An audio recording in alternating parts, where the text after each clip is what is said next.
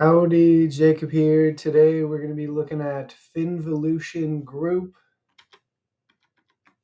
All right, so I've actually looked at this before, so this should be interesting. So FinVolution operates in the online consumer finance industry. It's essentially a fintech company in China, and a lot of I can guarantee you the assumptions I make today are gonna make it look like a screaming deal. So I'm gonna for sure be coming back to a video or an in-depth video because just the way I do this, I want people to see how I initially make assumptions and then the in-depth review go over some of the more um, slightly more detailed levels of the company and its history. So for now, $1.2 billion market cap with a 79 million enterprise value.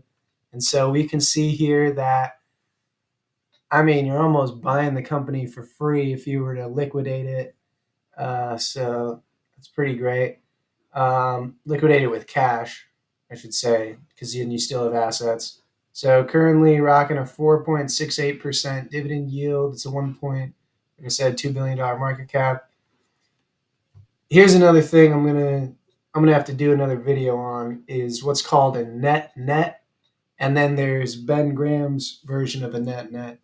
Um, and so a net is basically your total assets minus your total liabilities is greater than the market cap.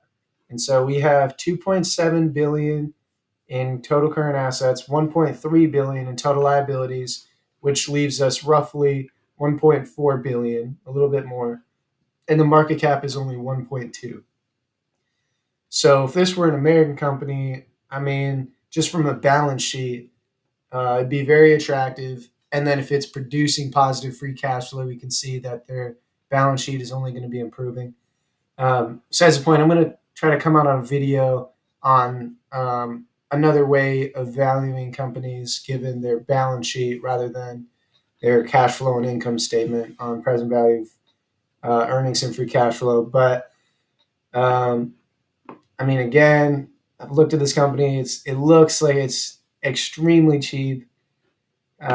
Free cash flow, pretty positive. Obviously, had a weird year here where 31 million, sorry, of free cash flow, 90 million, and then 335 million.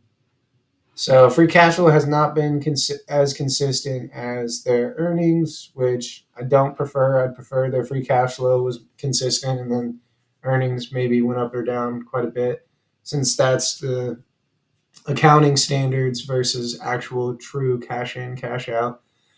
But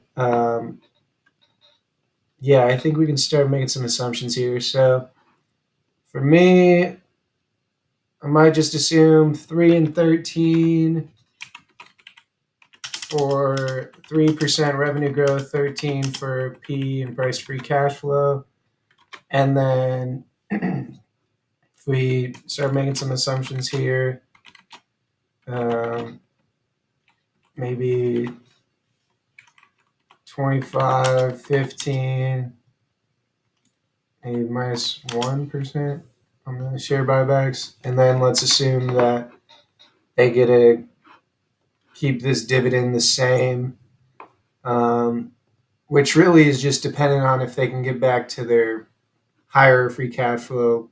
I mean, to me, they have so much cash on hand that they can definitely afford a 50 million payout. So to me, I might even increase that by 3% a year and say, you know what? They're going to increase their dividend 3% a year for the next 7 years. We're going to incorporate that into our present value. And like I said, as I expected, the company is well above what would give a 15% return given these assumptions. I'm going to fair warn you when I go back here and look at the history of PE, their historical PE is well under 13. So this is going to be a company I want to try to understand why the PE and price free cash flow is less. It could be, it's in the consumer finance business, so they just don't know what type of, I guess, assets they're running, and it's also a Chinese-based company, which, um, yeah, the advisory shares issue seems to be a thing coming up more recently. But for now, this will be a company that I come back to and do a deeper dive on. Thank you, and have